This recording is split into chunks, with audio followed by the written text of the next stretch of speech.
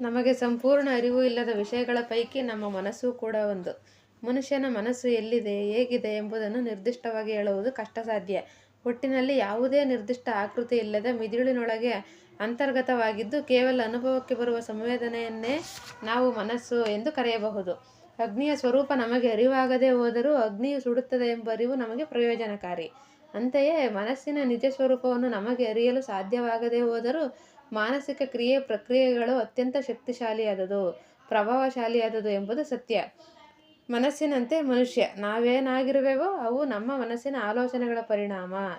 ಆದುದರಿಂದಲೇ ನಮ್ಮ ಆಲೋಚನೆಗಳ ಬಗ್ಗೆ ನಾವು ಸದಾ ಎಚ್ಚರಿಕೆಯಿಂದಿರಬೇಕು. ಒಳ್ಳೆಯ ಆಲೋಚನೆಗಳು ಸತ್ಕಾರ್ಯಗಳಿಗೆ ಅಣಿಮಾಡಿಕೊಟ್ಟರೆ ದುರಾಲೋಚನೆಗಳು ನಾಶದಲ್ಲಿ ಸಮಾಪ್ತಿಯಾಗುತ್ತವೆ. ಮನಸ್ಸು ಚಿನ್ನದ ಗಣಿಯೂ ಹೌದು, ಕಸದ ಬುಟ್ಟಿಯೂ ಹೌದು. ಈ ಜಗತ್ತಿನ ಒಳಿತು ಕೆಡುಕುಗಳಿಗೆಲ್ಲ ಮಾನವನ ಮನಸ್ಸೇ ಕಾರಣ. ಮನಸ್ಸೇ ನಮ್ಮ ಸ್ವರ್ಗ ನರಕಗಳೆರಡನ್ನೂ ಸೃಷ್ಟಿ ಮಾಡಿಕೊಳ್ಳುತ್ತದೆ. ನಾವು ಶಾಂತಿಯನ್ನು ನಮ್ಮ ಮನಸ್ಸಿನಲ್ಲಿ ಅರಸಬೇಕು. ಅದು ಅಲ್ಲಿ ದೊರೆಯದಿದ್ದರೆ ಅದನ್ನು ಹೊರಗೆ ಅರಸುವುದು ವ್ಯರ್ಥ. ಪ್ರೀತಿ, ಪ್ರೇಮ, ಸ್ನೇಹ, ಕರುಣೆ, ದಯೆ, ಸಹಾನುಭೂತಿ, ಒಲುಮೆ, ವಾತ್ಸಲ್ಯ ಮುಂತಾದ ಮಾನವೀಯ ಗುಣಗಳ ಉಗಮ ಸ್ಥಾನವೂ ಮನಸ್ಸೇ.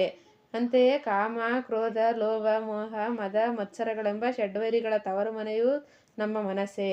ಮನಸ್ಸು ಚಂಚಲ ಹಾಗೂ ಸೂಕ್ಷ್ಮ. ಆದುದರಿಂದಲೇ ಮಾನಸಿಕ ರೋಗಗಳನ್ನು ಸರಿಪಡಿಸಿಕೊಡುವುದು ಕಠಿಣ. ಮನಸ್ಸು ಸದಾ ಒಂದಲ್ಲ ಒಂದು ಯೋಚನೆಗೆ ಅಂಟಿಕೊಂಡೇ ಇರುತ್ತದೆ. ನಮ್ಮ ಮನಸ್ಸೇ ನಮ್ಮ ಒಡೆಯ. ನಮ್ಮ ಇಂದ್ರಿಯಗಳ ಹತೋಟಿಯೂ ಮನಸ್ಸಿನಿಂದಲೇ ನಡೆಯುತ್ತದೆ. ದೇಹದ ಶಕ್ತಿ ಸಾಮರ್ಥ್ಯಗಳಿಗೆ ಇತಿಮಿತಿಗಳಿವೆ, ಆದರೆ ಮನಸ್ಸಿಗಿಲ್ಲ. ಅದು ಜಗತ್ತನ್ನೇ ವ್ಯಾಪಿಸಬಲ್ಲದು. ನಮ್ಮ ಮನಸ್ಸು ಸಣ್ಣದಾದರೆ ನಾವು ಸಣ್ಣವರಾಗುತ್ತೇವೆ, ದೊಡ್ಡದಾದಾಗ ನಾವು ದೊಡ್ಡವರಾಗುತ್ತೇವೆ. ಮನಸ್ಸು ಹಿಡಿತದಲ್ಲಿದ್ದರೆ ಹಾಲು ಕರೆಯುವ ಹಸು, ಇಲ್ಲವಾದರೆ ಎಲ್ಲೆಂದರಲ್ಲಿ ನುಗ್ಗುವ ಗೂಳಿ. ಧ್ಯಾನ, ಮೌನ, ಸ್ವಾಧ್ಯಾಯ, ಆತ್ಮಾವಲೋಕನ ಹಾಗೂ ಸಚ್ಚಿಂತನೆಗಳಿಂದ ಮನಸ್ಸನ್ನು ನಿಯಂತ್ರಿಸಿಕೊಳ್ಳಬಹುದು ಹಾಗೂ ಆರೋಗ್ಯಕರವಾಗಿಟ್ಟುಕೊಳ್ಳಬಹುದು. ನಿಮಗೆ ಸರಿಯಾಗಿ ನಿದ್ದೆ ಬರುತ್ತಿಲ್ಲವೆಂದರೆ ಹೊರಗಿನ ಗದ್ದಲಕ್ಕಿಂತಲೂ ನಿಮ್ಮ ಮನಸ್ಸಿನೊಳಗಿರುವ ಗದ್ದಲವೇ ಕಾರಣ. ಕುದಿಯುವ ನೀರಿನಲ್ಲಿ ನಮ್ಮ ಪ್ರತಿಬಿಂಬವನ್ನು ನೋಡಲು ಸಾಧ್ಯವಿಲ್ಲ.